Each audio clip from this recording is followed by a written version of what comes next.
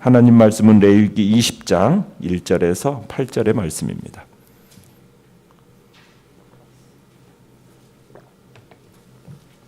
레위기 20장 1절에서 8절의 말씀 교독하겠습니다. 여호와께서 모세에게 말씀하여 이르시되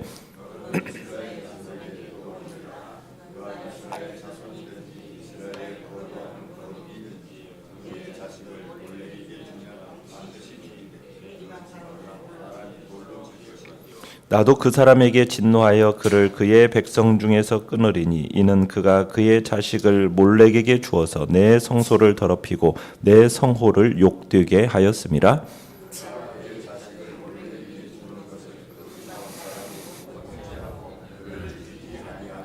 내가 그 사람과 그의 권속에게 진노하여 그와 그를 본받아 몰렉을 음란하게 섬기는 모든 사람을 그들의 백성 중에서 끊으리라.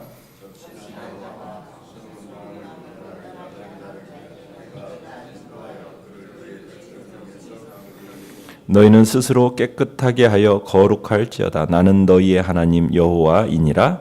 너희는 내 규례를 지켜 행하라. 나는 너희를 거룩하게 하는 여호와이니라. 아멘. 오늘 말씀은 거룩한 예배라는 제목으로 말씀을 나누고자 합니다. 20장은 지금 18장, 19장과 자연스러운 연장선상에 있는 말씀입니다. 18장과 19장에서 선포되었던 그 율법을 어길 경우에 어떠한 처벌을 받게 되는가를 20장에서 밝히고 있는 거죠. 20장은 특별히 몰렉 종교에 관한 금지령으로 시작하고 있습니다. 몰렉이라는 우상에게 자기의 자녀들을 바치고 숭배하는 사람에게 사형을 처하라고 지시하고 있습니다. 이런 몰렉 제사는 가증한 행위라는 거죠.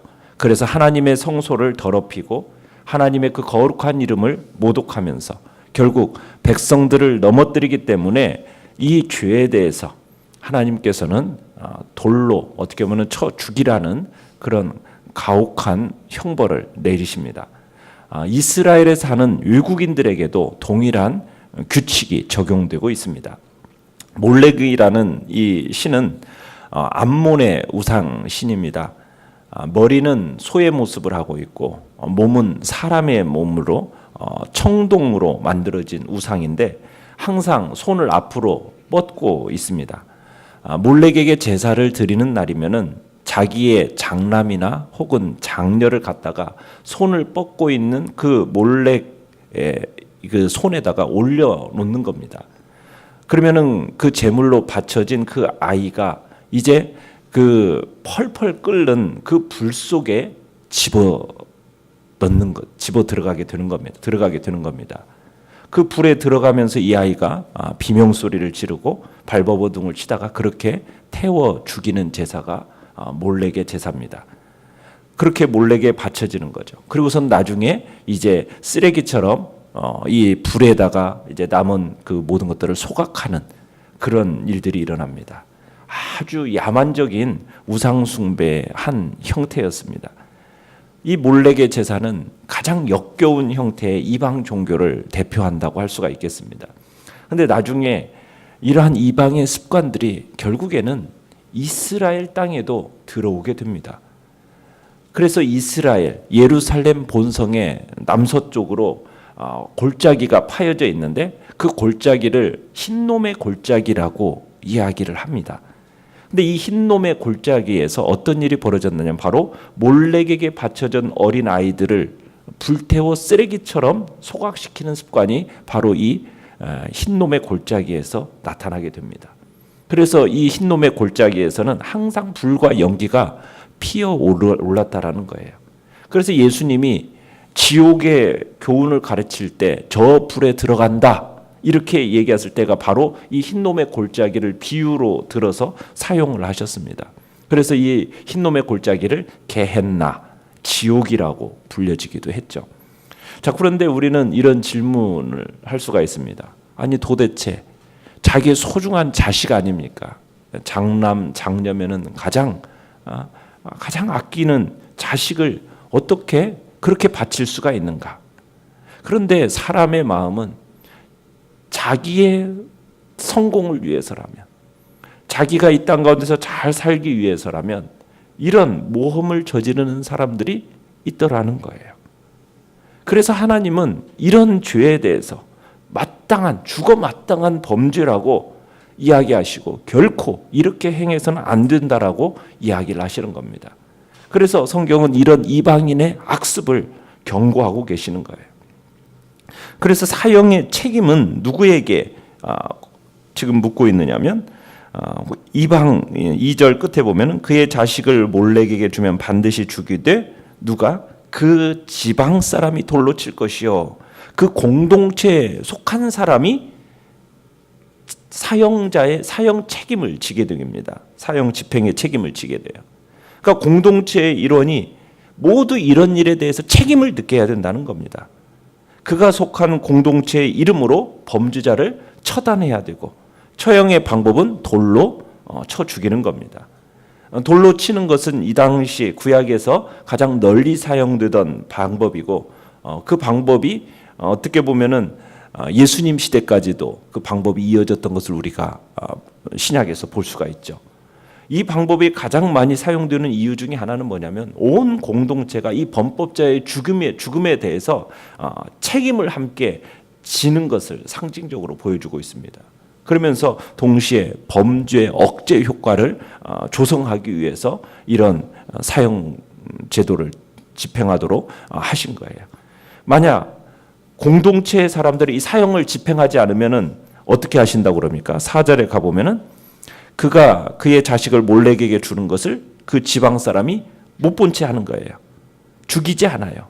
그러면은 어떻게 하시겠대요? 하나님이 직접 나서서 하나님께서 자식을 몰렉에게 준 사람, 그의 집안, 그와 동조한 사람 모두 벌하시겠다라는 겁니다. 그러니까 이때 일원이 지은 죄 이것을 묵인하면은 그 묵인한 것이 공동체에게로 그 책임이 전가가 된다는 겁니다. 그러니까 성경은 악한 일을 하는 것만 죄가 아니라는 거예요. 그 죄를 묵인하는 것도 죄다. 그래서 이런 가증한 사람들은 당연히 이스라엘에서 끊어지게 될 것을 성경은 얘기하고 있습니다. 하나님의 백성이 되기로 결심을 한다면 결국에는 오직 하나님만 섬겨야 됩니다. 하나님의 언약을 맺은 상황이기 때문에 온 마음을 다해서 하나님만 바라봐야 되는 거예요. 공동체의 그 순수성을 보존하기 위해서 때로는 이 오염의 요인이 되는 이 구성원은 하나님께서는 제거하라는 거예요. 만약 방관해 놓으면 이 공동체 전체가 오염되기 때문에 하나님께서는 그 한 사람에 대해서 반드시 그에 대한 사형 집행을 요구하고 계시는 겁니다. 오늘날 우리는 직접적으로 몰렉 우상신에게 직접적으로 갖다 바치는 사람은 없습니다.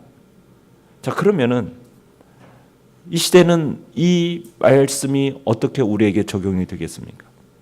그런데 우리는 성공을 위해서라면 우리의 가지고 있는 가치관도 포기하고 우리의 신앙마저도 포기하는 시대를 살아가고 있습니다. 너무 쉽게 포기하는 시대를 살아가는 거예요. 성공을 위해서라면. 우리의 자녀들을 어디에다 내뭅니까?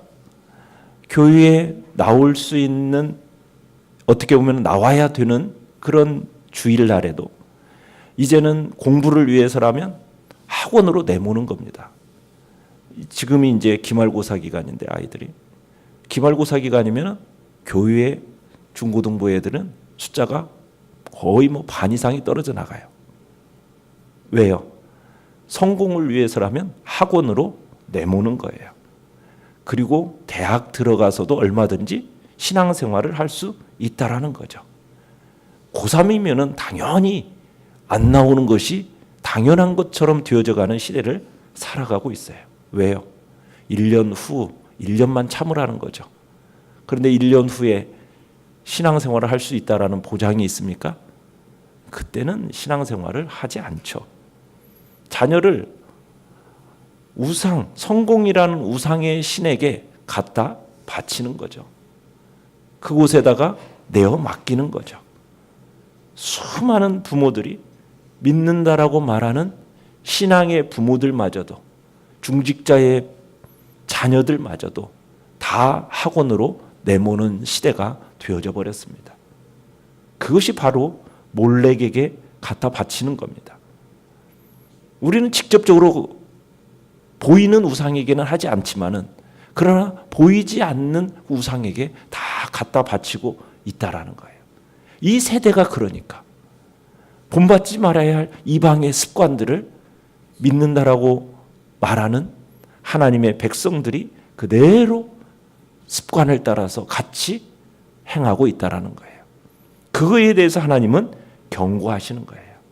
하나님의 백성들의 습관이 그것은 아니다. 너희는 이 세대를 본받지 말아야 될 것을 얘기하고 있는 겁니다. 자, 6절에 가보면은 죽은 사람의 영을 불러내는 여자, 접신하는 여자, 또 점쟁이, 그죠?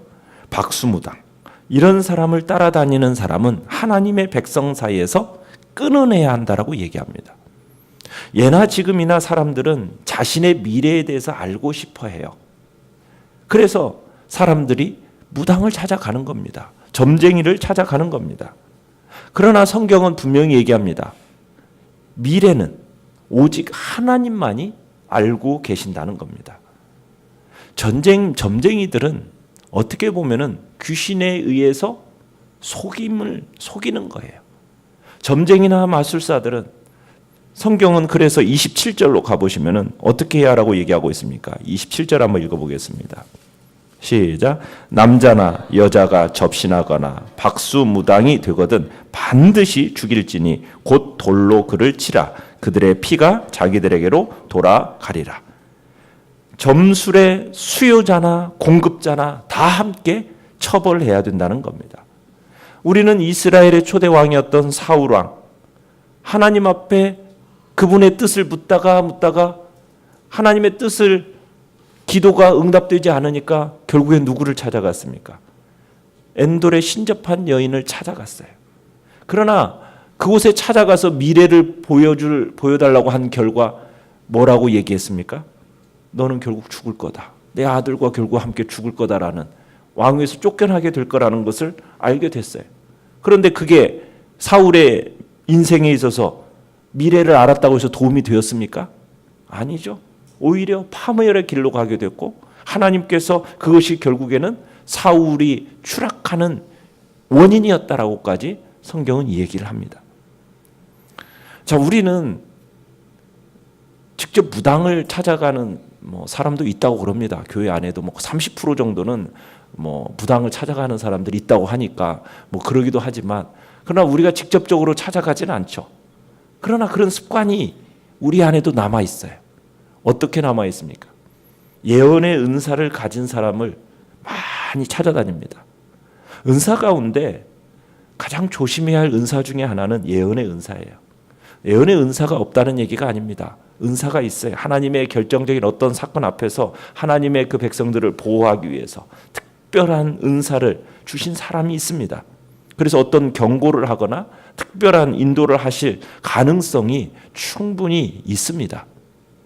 위로해주고 격려해주고 또 그의 인생의 앞길에 대해서 특별한 어떠한 하나님께서 기도로서 이렇게 그를 인도해 주시는 가능성이 충분히 있습니다.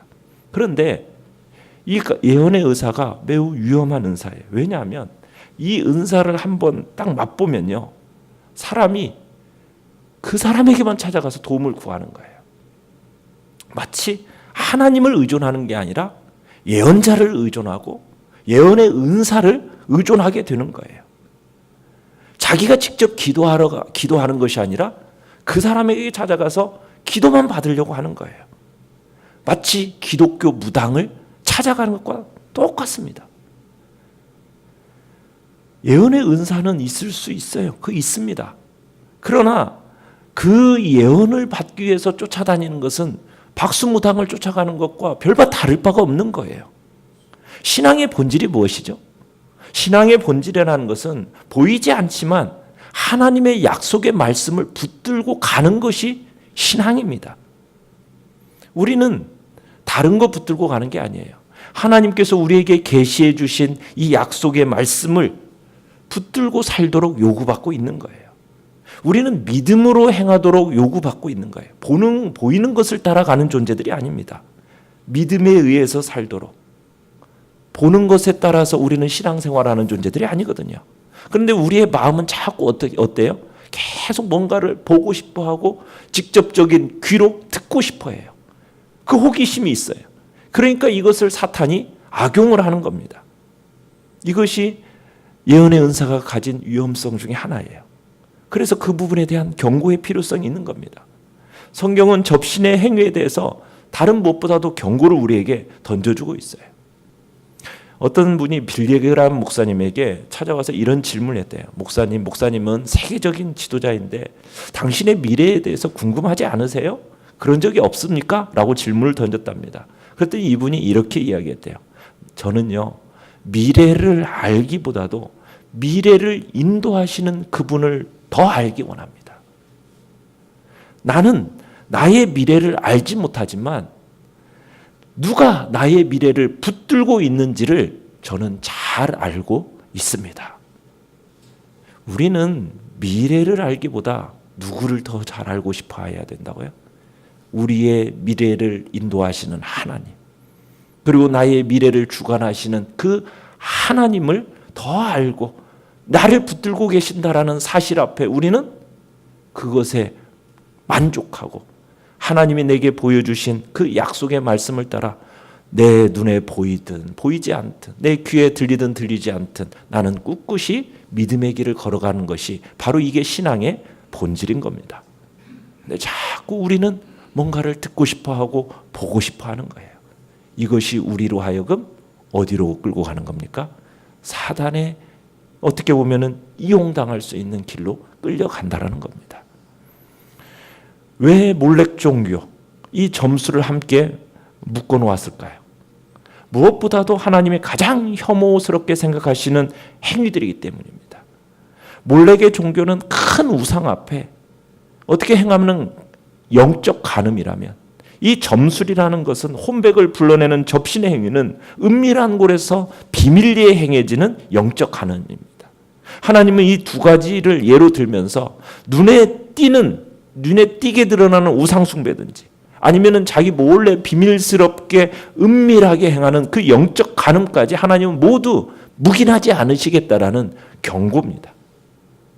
우리는 이스라엘이 하나님 앞에 모여드리는 이 예배에서나 아니면은 우리가 함께 모여드리는 이 예배 아니면은 각 개인이 사적으로 드려지는 예배 속에서도 순결해야 될 것을 거룩해야 될 것을 하나님은 우리에게 말씀하고 계시는 겁니다. 그래서 7절에서 얘기하는 겁니다. 하나님의 백성은 스스로 깨끗하게 해서 거룩해야 한다. 8절에서는 하나님은 그래서 그런 너희는 내 규례를 지켜 행하라. 나는 너 어떤 존재다? 너희를 거룩하게 하는 여호와이니라. 우리는 하나님의 말씀에 전적으로 순종하고 실천해서 우리 자신을 경건하게 지켜내야 됩니다. 그리고 그런 자들에게 하나님은 또 우리를 경건하게 거룩하게 만들어 가신다라고 주님은 말씀하고 계십니다. 하나님은 우리를 거룩하게 만드시면서 우리에게 동일하게 순종과 의무와 책임도 요구하고 계시는 겁니다. 우리를 특별하게 구별하여 부르신 하나님, 세상 민족 가운데서 우리를 부르신 목적이 무엇입니까? 하나님의 백성으로서 거룩한 삶을 추구하도록 부르셨음을 우리들이 믿고 이 부르심 앞에 우리가 순종으로 나아가 우리를 거룩하게 만드시는 하나님 앞에 거룩한 존재로 드러나는 복된 자리에 있기를 간절히